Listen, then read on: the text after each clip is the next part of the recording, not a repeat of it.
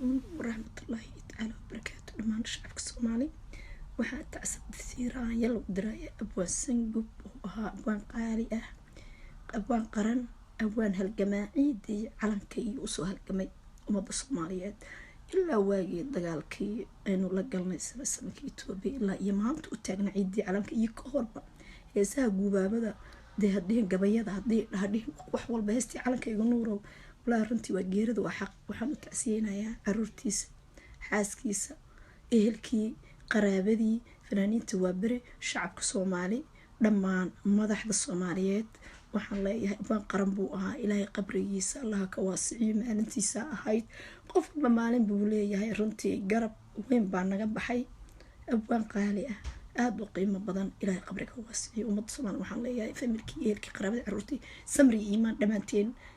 runtii waan geerida maqlay laakiin